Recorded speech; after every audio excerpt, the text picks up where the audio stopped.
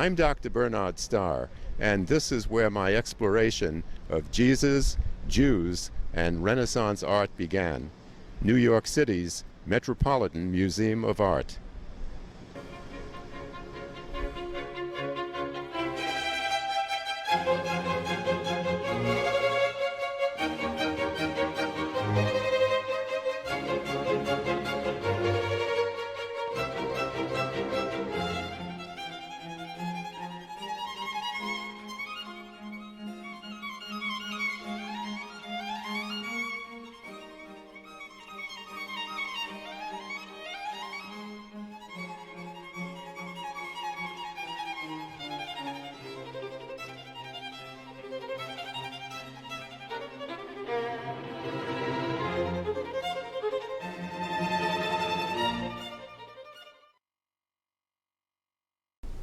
It's difficult to pinpoint a single event that set me on this journey. One that comes to mind that got me thinking about Jesus, Jews, and anti-Semitism was the 2004 Mel Gibson film, The Passion of the Christ. Jews were particularly disturbed by the film, protesting that the portrayal of the crucifixion of Jesus was over the top in violence, blood, and gore. Some even called it a snuff film, with the clear implication that the bloodthirsty Jews egged on the brutal crucifixion carried out by the Romans, and that Jews were responsible for the suffering and death of Jesus, despite the fact that all of Jesus' followers were Jews, and that without his Jewish followers there probably never would have been a Christianity. And in the film, Jesus is called Rabbi.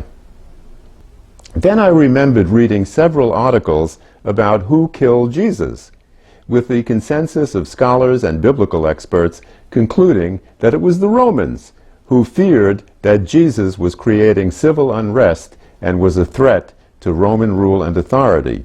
Yet despite this consensus, or possibly some divided opinion, I found that over a 2,000-year period, I could not identify a single instance of individuals, gangs, or marauders attacking a Roman or Italian village, charging, "Get those Christ killers!"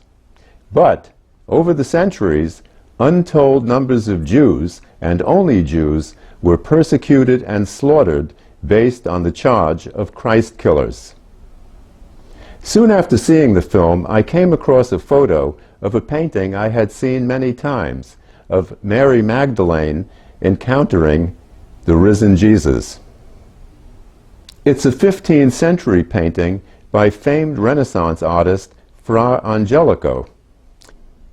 I looked at the sanctified, blonde, fair-skinned Mary and Jesus with shimmering light that exacerbated the Northern European features and asked myself a simple question.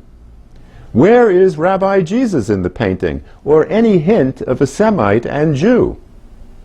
Those questions led me to the Metropolitan Museum of Art, where I walked through the Renaissance galleries. Wherever I turned, I was greeted with magnificent artworks of Jesus as a child and adult, his family and followers. But the one thing absent from these paintings was any connection of Jesus to Judaism. Often, he and his family and followers were depicted as Renaissance-era Christians in settings far removed from their Jewish village in Galilee. While the Northern European blonde, fair-skinned Jesus dominates the art representations, there are depictions of a black Jesus, Asian Jesus, and other ethnicities, for Mary as well, but they too omit any Jewish identity or connection. I could not dismiss a haunting conclusion that these paintings represented an overlooked contributor to historic anti-Semitism by separating Jesus from Judaism, thus enabling the populace to cast Jews as the others, and moreover, the others who they believed harmed Jesus. As I continued to see the absence of Jesus the Jew in artworks, I wondered, is it possible that he rejected Judaism, or that he quit Judaism earlier or early in his life. That I thought would be the only thing that might make some sense about the omissions. And by the way, later when I interviewed Christians and Jews, what I often heard was that he used to be Jewish. So a lot of people believe that he wasn't entirely Jewish, or that he was possibly born Jewish, but somehow that changed at some point. Since I only had at that point in my life a fairly superficial knowledge about the New Testament, I decided that I should do a careful reading of it, particularly the Gospels, the first 4 books of the New Testament, that tell about Jesus' life and his religious mission. Now, I thought that I would be reading a thoroughly Christian document, but I was very soon shocked. As I turned pages of the New Testament, and particularly the Gospels, I kept saying to myself, this is all about Jews and Judaism. Where are the Christians in these Gospels? I kept reading and I kept looking for Christians and Christianity, never found it. Now here's something surprising that I discovered, and a lot of people are shocked to hear this. The word Christian doesn't appear in the Gospels, yet the word Jew or Jews has 82 mentions. It's clear that Jesus lived and died a dedicated Jew, and it's all spelled out right there in primarily the Gospels. Now, I'm not alone in that conclusion. Many Christian scholars reached the same conclusion. For example, Christian theologian Jean Guiton, in his book, Great Heresies and Church Councils, he states explicitly, Jesus did not mean to found a new religion. In his historical humanity, Jesus was a devout Israelite, practicing the law to the full, from circumcision to Pesach, paying the half shekel for the temple. Jerusalem, the capital of his nation, was the city he loved. Jesus wept over it. Jesus had spiritually realized the germinal aspiration of his people, which was to raise the God of Israel. And Episcopal priest Bruce Chilton, in his book, Rabbi Jesus, a surprising title from a Christian priest, he says everything that Jesus did was as a Jew, for Jews, and about Jews. People, especially in the art world, tend to bristle at any criticism of the Renaissance or Renaissance art. It's considered almost sacrilegious. How can you trash the Renaissance when it brought Europe out of the Dark Ages? It resurrected Greek and Roman literature and philosophy. It restored Greek idealism in art and introduced realism and naturalism to painting over the previous artificialism and primitivism. One artist, a prominent art historian, actually a friend of mine, practically screamed at me, "How can you criticize the Renaissance when it gave us humanism?" Well, yes, all those positives are true, but they emerged, they happened slowly, and they only benefited a small portion of the population. Read William Manchester and you'll get a more realistic picture about how people lived in the Middle Ages and early Renaissance.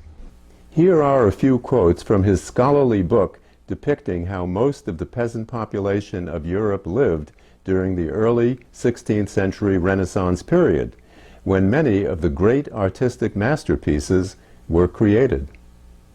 They slept in their small cramped hamlets, but they worked, entire families, including expectant mothers and toddlers, in the fields. It was brutish, but absolutely necessary to keep the wolf from the door. The years of hunger were terrible.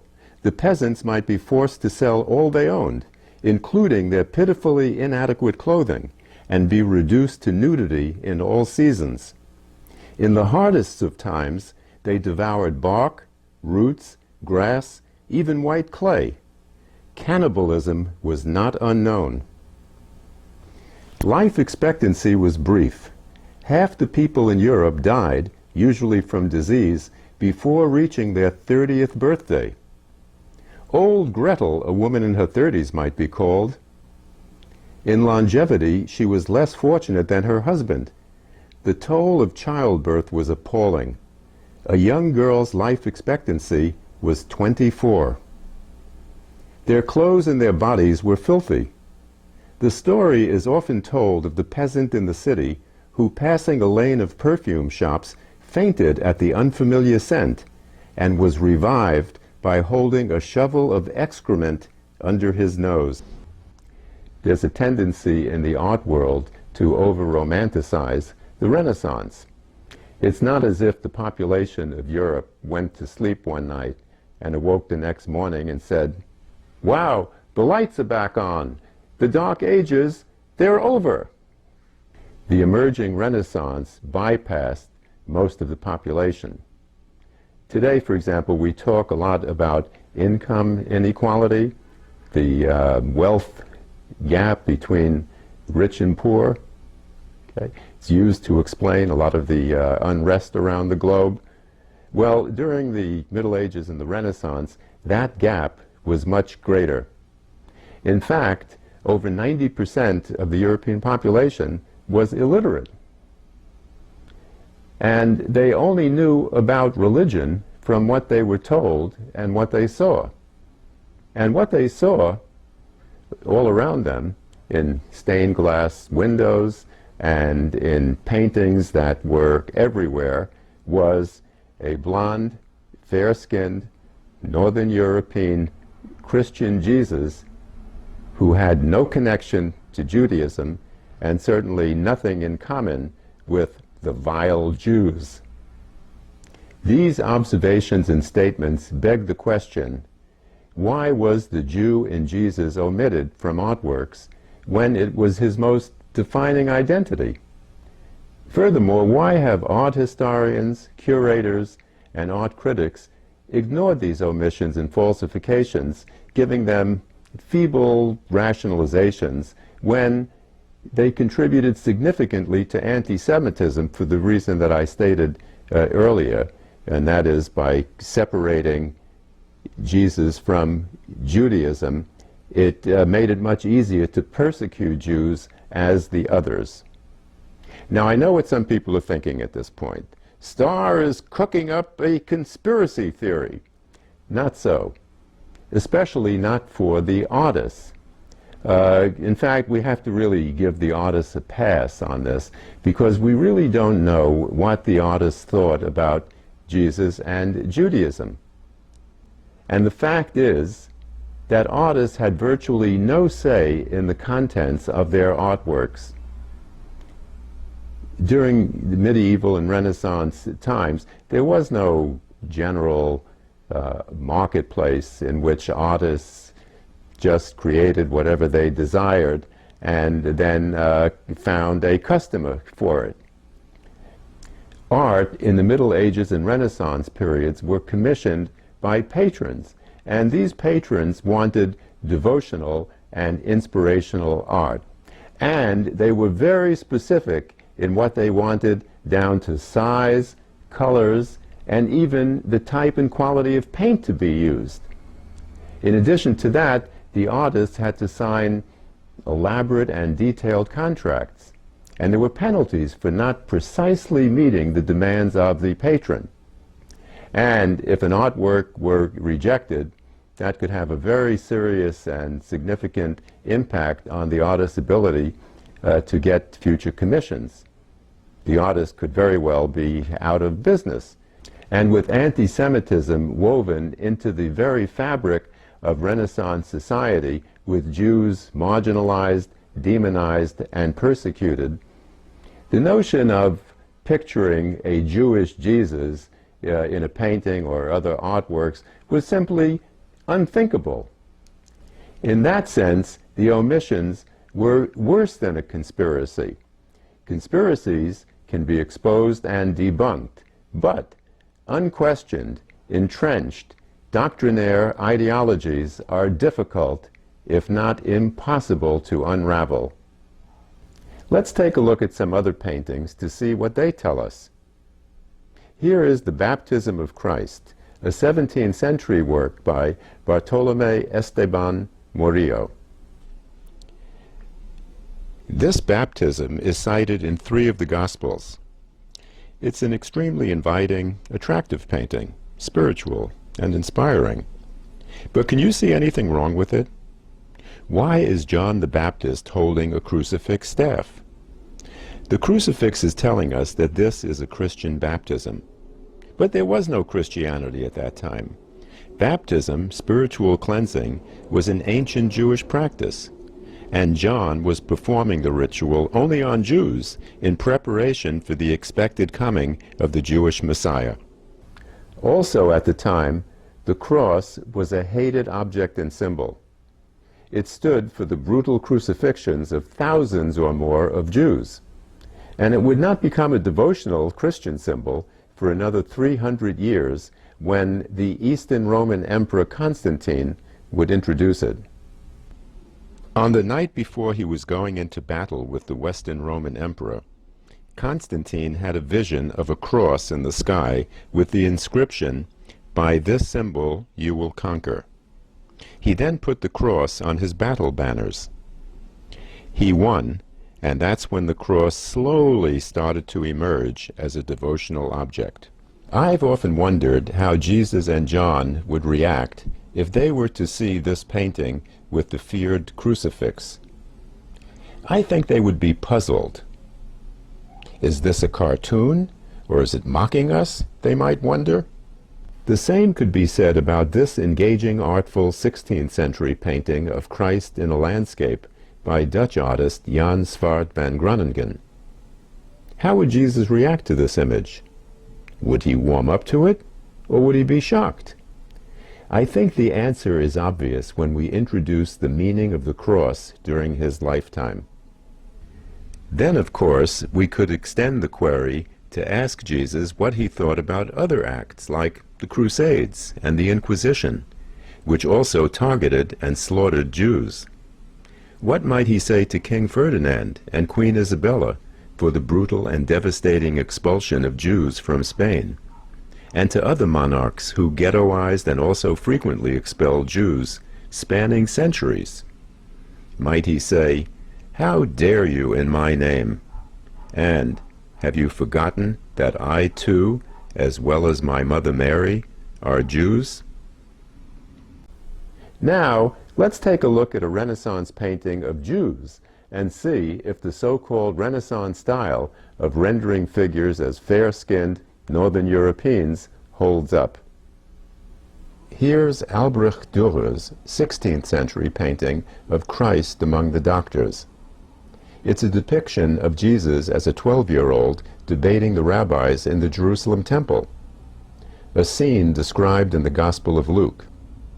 This painting gives lie to the notion that the transformation of Jesus into a Northern European was just an offshoot of the Renaissance style of contemporizing and idealizing figures. In this painting, we see the blondish, reddish-haired, fair-skinned, and ethereal Jesus among the dark, menacing-looking Jews. One looks almost subhuman. Where is the just Renaissance style here for the Jews? So keep this painting in mind when you view other medieval and Renaissance artworks or hear the just argument. Now on to another painting. This 16th century painting titled "Rest on the Flight into Egypt" with St. John the Baptist is by Fra Bartolomeo. It shows the Holy Family escaping to Egypt, as described in the Gospel of Matthew, to avoid King Herod's edict to kill all male children under age 2 in Bethlehem, although John is not included in Matthew's account. Herod feared that the King of the Jews had been born. But what else is the painting telling us? Infant Jesus and young John the Baptist displaying a cross. Some see it as forecasting the crucifixion. But the relaxed atmosphere is also telling us that this is a Christian family, when in fact Mary and Joseph were dedicated practicing Jews. They never sought a new religion other than Judaism, and never heard the word Christian. And as just noted in the Murillo painting, the presence of the cross, which appears in so many medieval and Renaissance paintings as a devotional object, is an anachronism drawn from a later era that camouflages the Jewish identity of this family.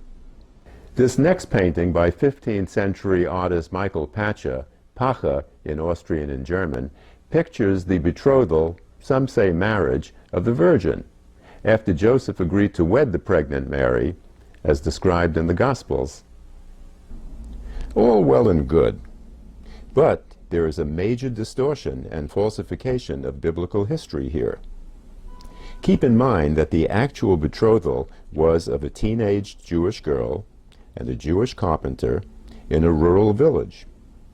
In this depiction, though, it's an event taking place in a Renaissance-era palace and officiated by a high, later-day church official in a totally Christian setting, again casting practicing Jews as Christians with no connection to Judaism.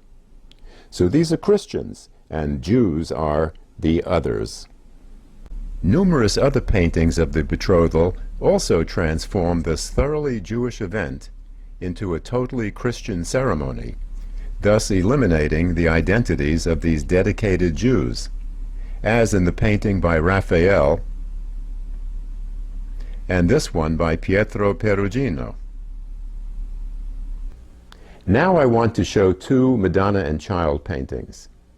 Madonna and Child was a popular theme in artworks throughout the Middle Ages and Renaissance, so there are endless numbers of them. Just Google it and you will see pages filled with Madonna and Child. Frequently, though, they picture a common distortion and falsification of biblical history.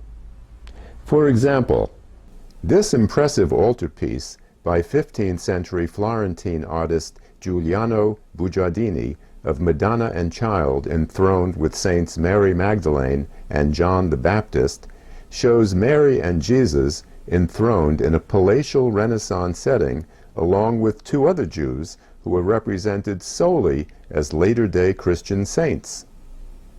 To ensure that we know that the figures are Christian, we see John the Baptist holding a cross, a symbol that was dreaded by first-century Jews. It's an iconic image of John that appears in numerous paintings.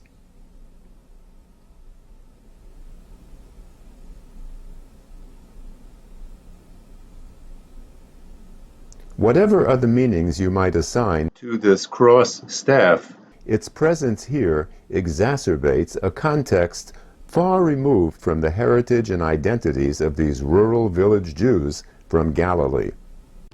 In this next painting of Madonna and Child with Saints Jerome and Mary Magdalene by 15th century artist Neroccio de Landi, a number of oddities stand out. First, we see blonde, fair-skinned, milk-white, Northern European figures of the otherwise Semitic Jews, Jesus, Mary, and Mary Magdalene. Then again, the presence of 4th century Saint Jerome emphasizes that these Jews are really Christians, with no hint of any Jewish connection. Now you might ask, why should we be concerned? What's the big deal? Well, it turns out that it's a very big deal for those Jews, the untold number of them, who were slaughtered based on being the others. But I believe that the ferociousness of the anti-Semitism might have been mitigated somewhat if the populace understood and grasped that Jesus, his family, and followers were dedicated practicing Jews who loved the Torah, the temple in Jerusalem, and their synagogue. So why didn't they know if it was right there in the Christian Bible?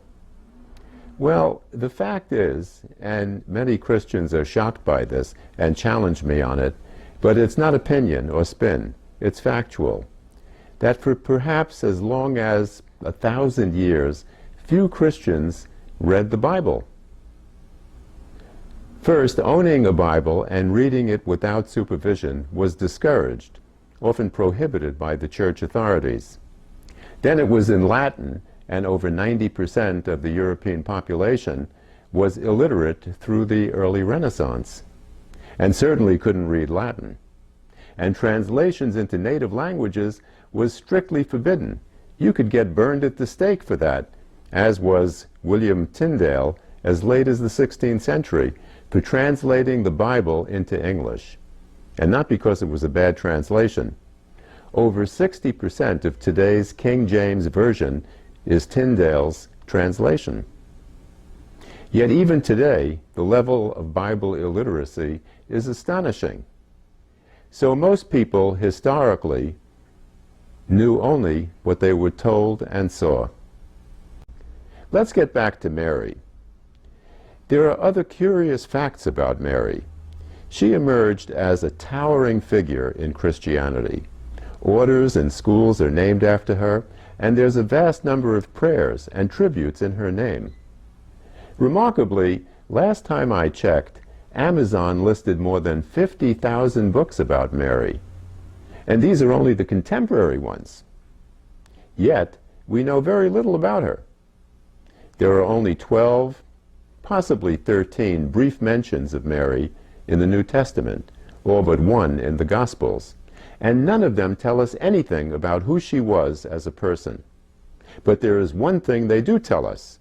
All of the descriptions are immersed in Jewish contexts and practices. Yet nowhere in Renaissance Mary Madonna paintings do we see the Jewish Mary or any connection of her to Judaism. We first meet the teenaged Mary when she is visited by the angel Gabriel and told that she will conceive and bear a child by the power of the Holy Spirit. Despite Mary's pregnancy, Joseph, a Jewish carpenter to whom she is betrothed, accepts her. Next, Mary visits her cousin Elizabeth, who is pregnant in her old age, in answer to the prayers of her pious husband, Zacharias, an official, possibly a rabbi, in the Jerusalem temple. Then Mary and Joseph go to Bethlehem, where Jesus is born. 8 days after his birth, he, like all Jewish boys, is circumcised. After a 33-day purification period, as mandated in the book of Leviticus in the Torah, Mary and Joseph present Jesus at the temple in Jerusalem for the Jewish consecration ritual. In the Gospel of Matthew's account, Mary, Joseph, and the infant Jesus escaped to Egypt. 6 years later, they returned to Nazareth. In a brief mention, we learn that Mary, Joseph, and the family traveled to Jerusalem each year to celebrate Passover.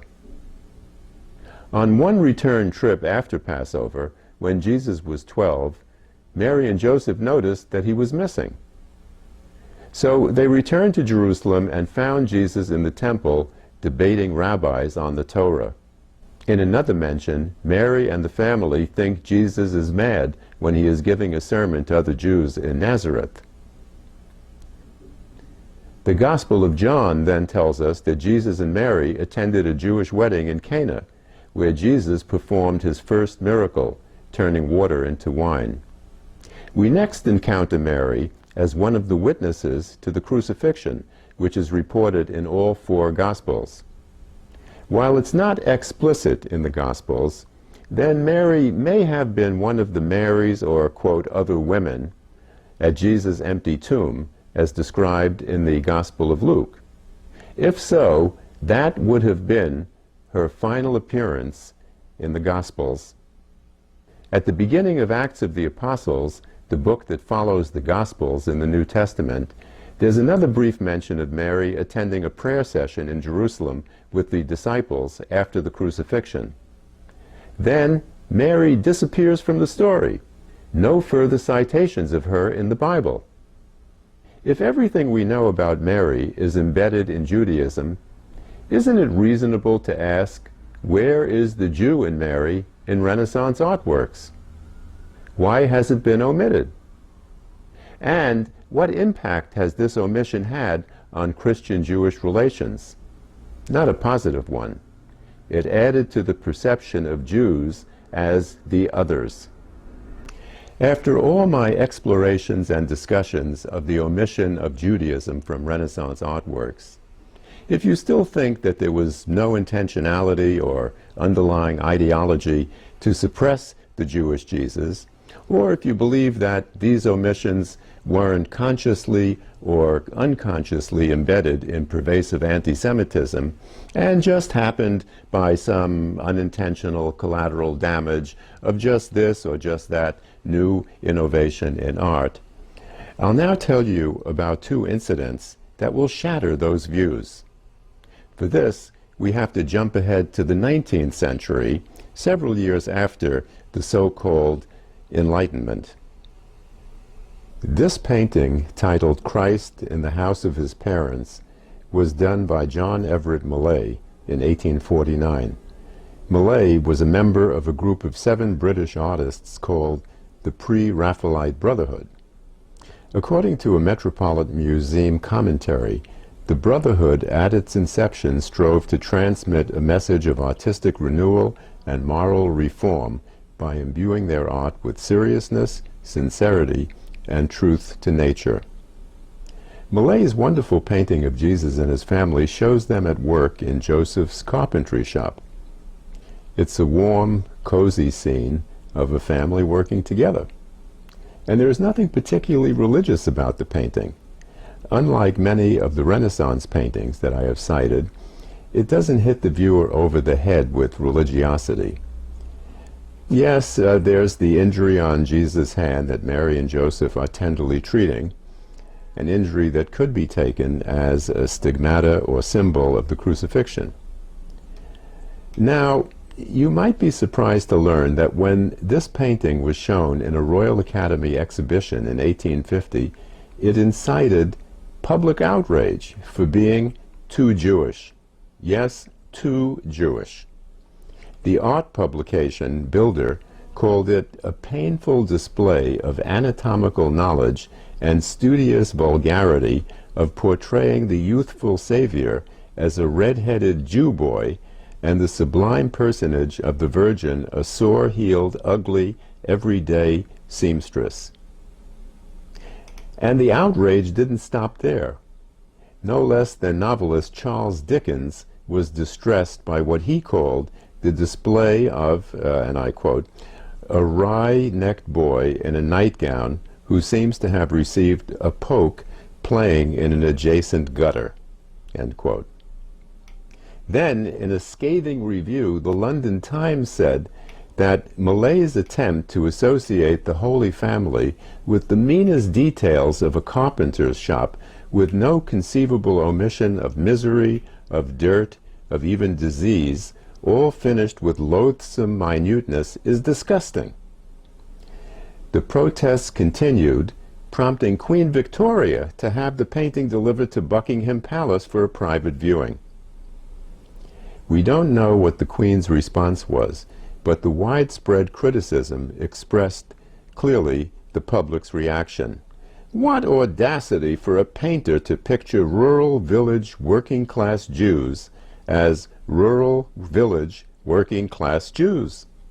3 decades later, in 1879, a similar incident occurred when German Jewish painter Max Liebermann painted the 12-year-old Jesus in the temple with the scholars. We previously saw Albrecht Dürer's version of this scene, which describes an incident reported in the Gospel of Luke. This painting was an unusual one for Max Liebermann, a secular Jew who created few pieces of religious art. When the painting was displayed at an international art show in Munich, like the Millais painting, it met a storm of protest. The public and the critics charged that the painting blasphemed Christianity. The Crown Prince of Bavaria voiced a protest in the Bavarian parliament, prompting a debate. What was the uproar all about? Again, the painting was deemed too Jewish. Critics complained that Liebermann's original rendition, which showed Jesus with dark hair, Semitic features, and worst of all, an ethnic gesture. That original rendition is possibly under this one, or may have been destroyed. Fortunately, Liebermann's original sketch for the painting has been preserved. German art critic Friedrich Pecht complained that Liebermann's Jesus was, quote, the ugliest, most impertinent Jewish boy imaginable, end quote. Shocked by the public uproar, Liebermann reworked the painting, the one you are looking at now, giving Jesus blonde hair, softer features, more upscale clothing, and he eliminated any possible hint of an ethnic gesture. The public and the critics were pleased by this inauthentic transformation. There is no just in these incidents. The anti-Semitism was explicit, as was the wish to suppress and deny Jesus' Jewish identity. And those factors were even more intense during the medieval and Renaissance eras. Let's take a look at another group of paintings from the Middle Ages and onward that perpetuated a myth, one that was lethal for Jews throughout history, the charge that the Jews killed Jesus and that they were collectively responsible for his crucifixion and death. This was based largely on the Gospel's account of Judas betraying Jesus, receiving 30 pieces of silver in exchange for telling the Jewish authorities where Jesus would be meeting his disciples on Passover Eve, and that Judas would identify Jesus with a kiss. Add to that the report in the Gospels that a mob, multitudes of Jews, urged Pontius Pilate to crucify Jesus.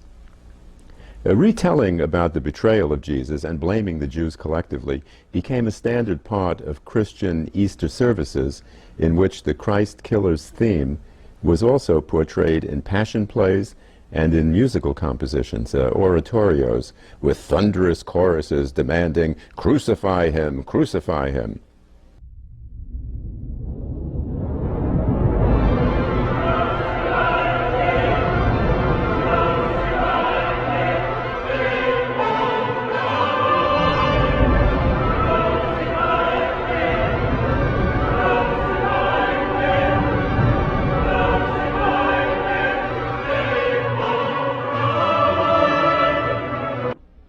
Following that at an Easter service, the congregation might then hear a story or poem about the blood libel, fabricated accounts of Jews killing Christian children and extracting their blood for Passover matzah and other rituals.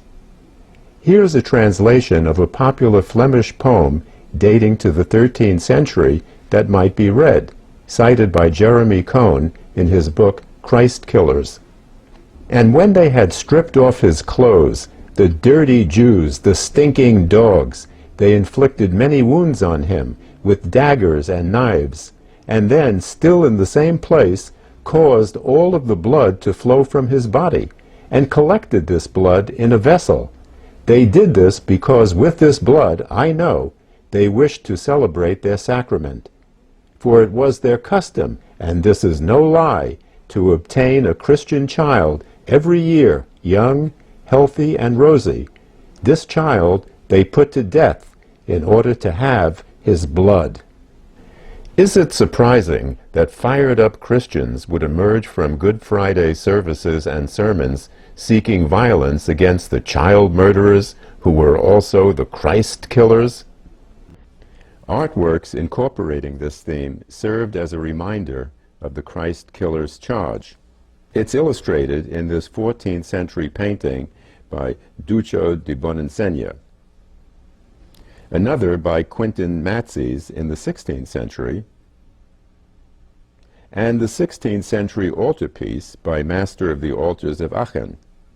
Later paintings in the 19th and 20th centuries were even more graphic. This gripping painting by Ivan Glazunov shows Pontius Pilate addressing the multitude of Jews, as does this dramatic work by Antonio Cesari. But did this event actually happen? Did a multitude of Jews, as in the legend and these paintings, actually take place? In applying the psychological technique of role-playing, I put myself in the situation, making observations, interacting, which helped me to expose the improbability of multitudes of Jews calling for crucifixion. as well as raising questions about Jesus' arrest.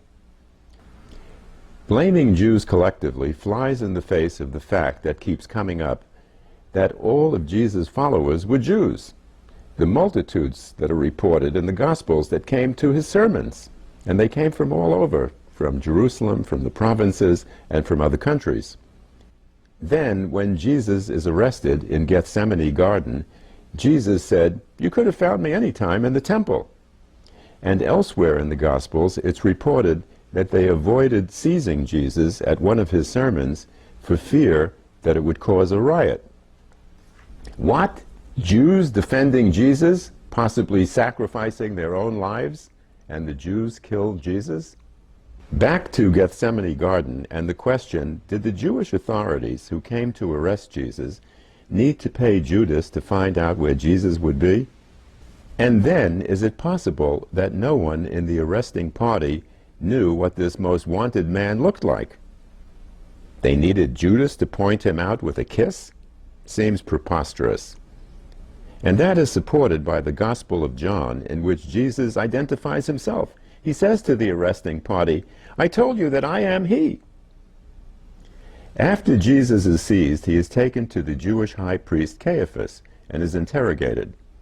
Early the next morning, he is brought to the palace of Pontius Pilate for further questioning. At some point, Pilate addresses the multitude of Jews and asks if he should free Barabbas or Jesus, and the crowd roars, "Crucify him, Jesus!" This is a well-known tale, but where did this multitude of Jews come from? How did they even know about the arrest? The disciples went into hiding, and Peter denied even knowing Jesus. Remember, the arrest of Jesus the night before was a secret, clandestine operation under the cover of darkness. And this scene with Pontius Pilate was early the next morning. The crowd just couldn't have happened. As biblical scholar Candida Morse has commented, flash mobs of thousands of people do not miraculously assemble and offer complicated answers in unison without the assistance of smartphones. And Pope Benedict XVI said, "How could the whole people have been present at that moment to clamor for Jesus' death?" But there are other points that debunk this legend. When Caiaphas delivered Jesus to Pilate, he did not enter Pilate's palace because it was Passover, the holiest holiday at that time, and Pilate's palace was considered unclean for Passover.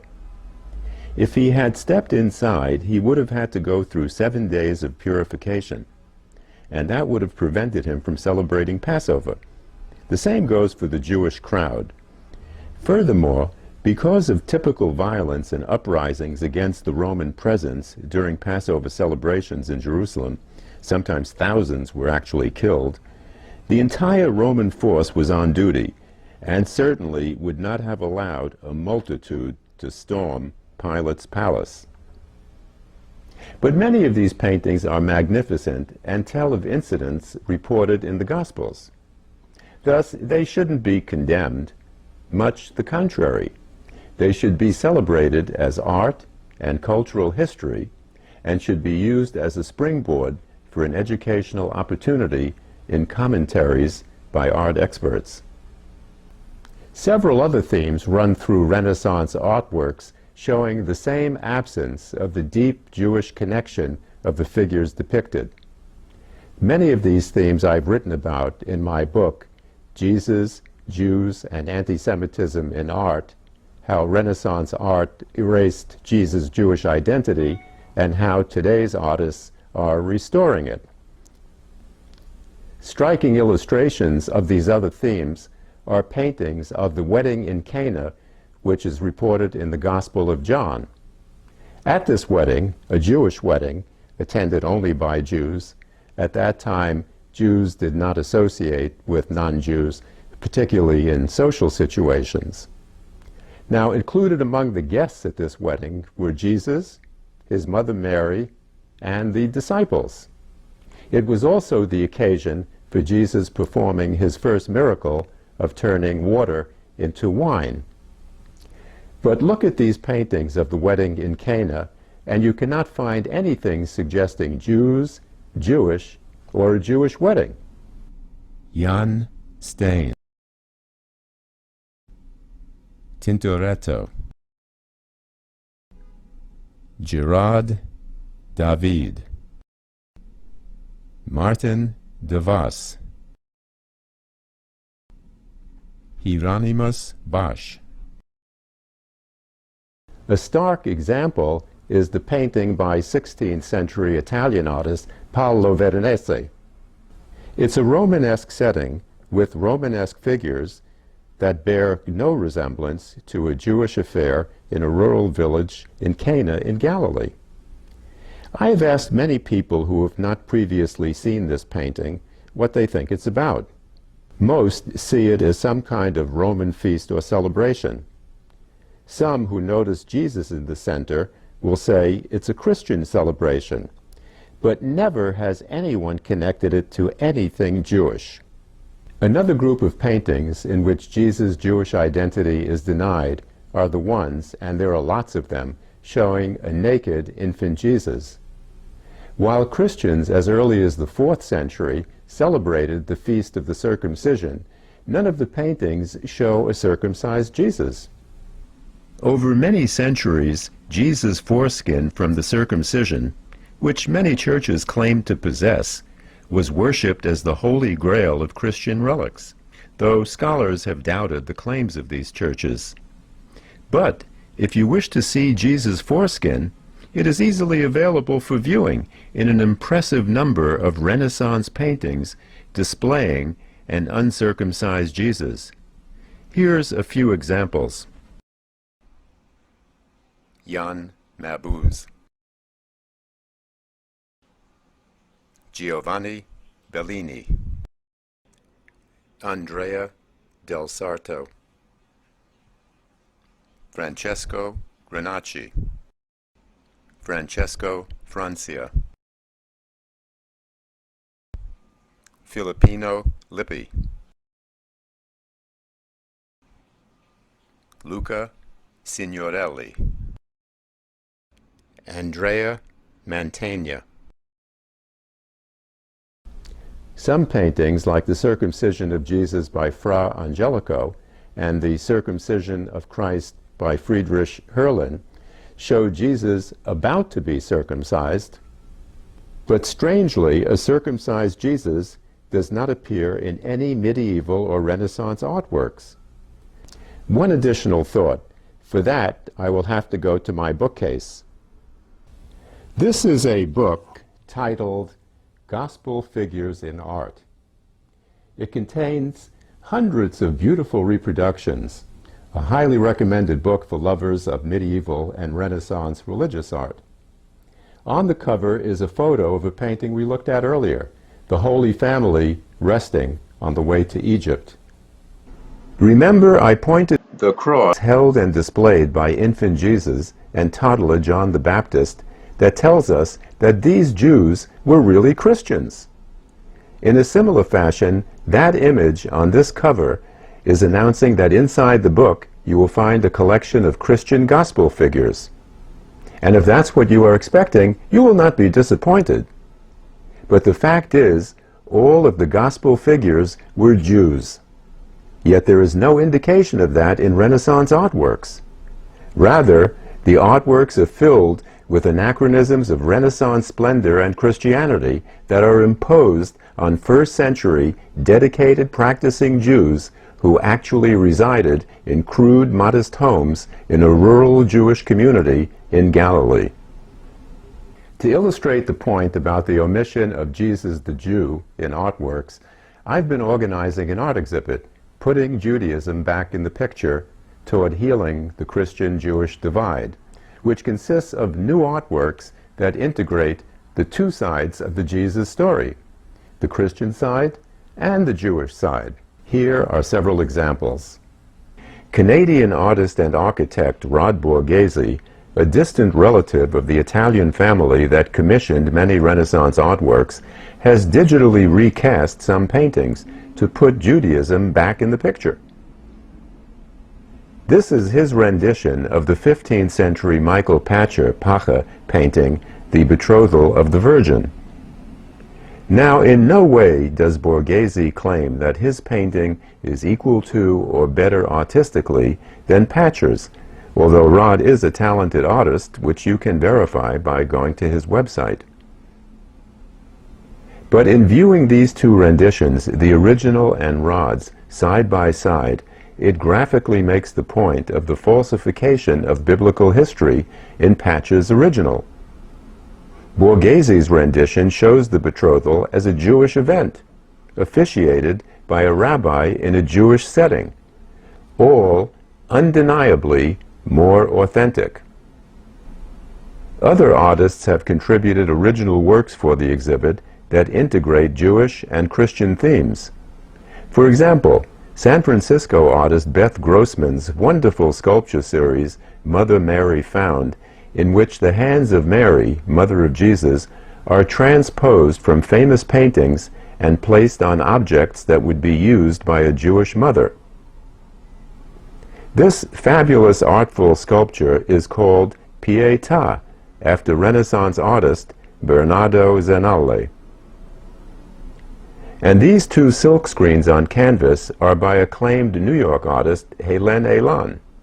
Last Supper Names, in which the names of Jesus and the disciples are written in Hebrew, and the Last Supper No Names, in which there are marks next to each disciple indicating where a woman, mother, wife, or daughter would be seated at an actual Passover celebration.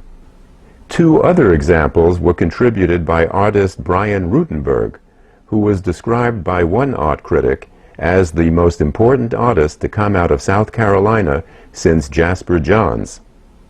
His two related images, Green Pond and Spell, Brian tells us, penetrate reality, revealing a transcendent spiritual unity through direct experience. Although throughout this video I have been critical of the omission of Judaism from Renaissance artworks, you may be surprised to hear me now say that there is a legitimacy to representing all of the gospel figures as Christians, because despite them living and dying as Jews, their belief in and support of Jesus contributed to the later founding of Christianity as separate from Judaism. But, and I emphasize the but here, that legitimacy is lost when the Jewish side of the story is erased or denied. Bringing the two sides of the story together, as in our Jewish Jesus art exhibit, is what reconciliation is all about. And that process, initiated by Vatican II in 1962, continues to grow today as more and more Christians and Jews recognize and celebrate a common foundation and bond. A bond that has been boldly and courageously proclaimed by Pope Francis in his pronouncement, "Inside every Christian is a Jew." Art historians, curators, and critics have an opportunity to contribute to reconciliation by educating the public in telling the two sides of the Jesus story.